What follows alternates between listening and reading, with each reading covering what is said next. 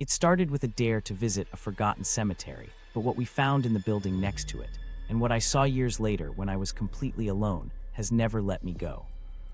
I was 19, bored, with a whole summer stretching out in front of me.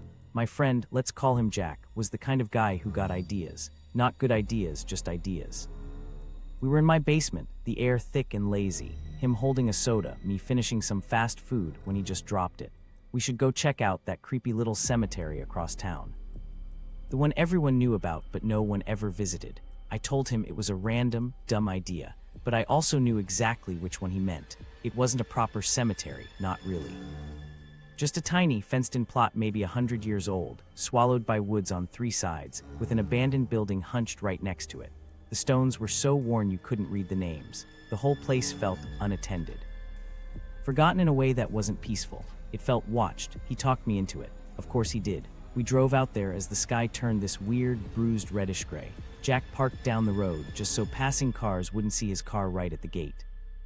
We cut through the woods, hopped the low iron fence, and we were in. The air was different inside that fence. Still, heavy. I remember telling Jack, trying to laugh it off, that I felt like we were being watched. He said he knew.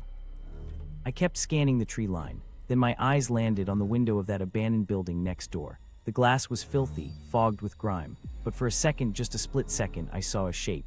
A person-shaped shadow standing there.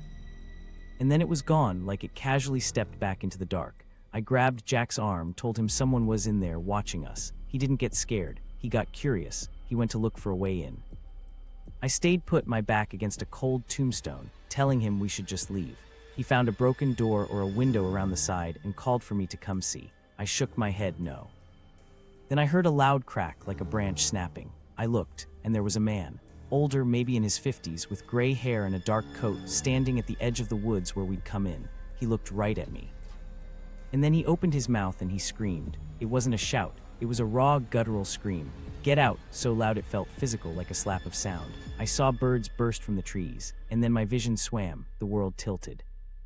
The gray sky, the dark trees, the pale stones, all of it swirled together and then just went black. The next thing I knew, I was being dragged. My shoulder was scraping against roots, leaves in my hair. I panicked, thrashing, thinking I was being taken, but it was Jack. He was hauling me through the underbrush, his face white with a terror I'd never seen on him before. He hissed at me to run now, don't look back, so I ran. I heard something crashing through the brush behind us, keeping pace. We hit the fence and he practically threw me over it. We tumbled into his car, and he peeled out, the wheels spitting gravel. It was only when we were miles away, safe under the sterile glow of streetlights, that he could tell me what he'd seen. Inside that building, on the wooden floor, was a large, crudely painted symbol, a sigil. And around it were these old dolls, just sitting there, all with button eyes. He'd barely processed it when he heard the man scream outside. He ran out to find me collapsed on the ground, unconscious, and that same man was walking slowly, purposefully, toward my body. Jack said the man's face was blank, empty. That's what scared him the most. He just dragged me away and ran. I'd never fainted before in my life, not once, but I fainted the moment that man screamed at me in that forgotten place. I tried to write it off. Adrenaline, the shock of the yell, a W-E-I-R-D Chinese letter. We never went back. I pushed it down, packed it away with other dumb teenage memories. Years passed. My grandfather passed away. I was very close to him. On his birthday, I drove an hour to visit his grave in a proper, well-kept cemetery. It was a rainy, gloomy day. I was the only one there. I found his stone, placed some flowers, and stood there with my eyes closed, saying a quiet prayer. When I opened my eyes, he was there, 5 rows of graves away, standing between the stones, looking right at me. It was him. His posture, his shape, the way he held himself. My breath caught. My heart stopped. It couldn't be. I blinked, rubbed my eyes, and he was gone, vanished. No one there. I was left with just the chill rain and a creeping, icy dread that started in my stomach and spread out to my fingers. I got back in my car, my hands shaking so badly I fumbled the keys. I told myself it was grief, a trick of the light in a tired, sad mind. I started the long drive home on a back road, a quiet strip of asphalt walled in by dense forest. My head was pounding, a dull, strange ache behind my eyes. I was the only car. Then up ahead on the shoulder I saw a figure, walking. There's no sidewalk there, no path. As I got closer, my headlights washed over him. It was the same shape.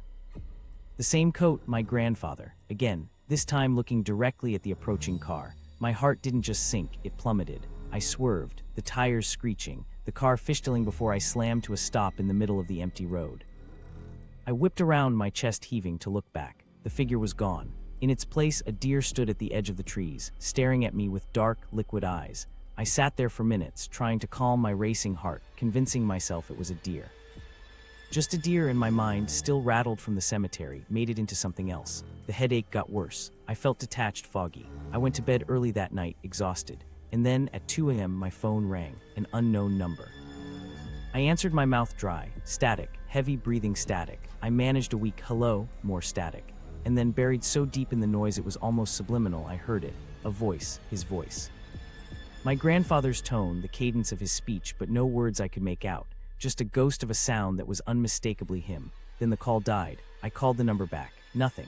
I even called my service provider the next day. They said there wasn't enough data to trace it. I don't know if that's true or if they just tell that to people who sound a little unhinged on the phone. Here's what I do know. That scream in the old cemetery wasn't just a man yelling at trespassers. It felt like a curse, a boundary being enforced. And years later, when I was vulnerable and open in my grief, something noticed. Was it my grandfather?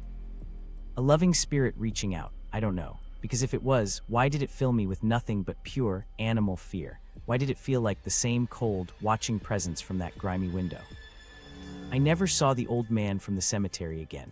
I never got another call. But sometimes, when my phone rings late at night and I don't recognize the number, I let it go to voicemail.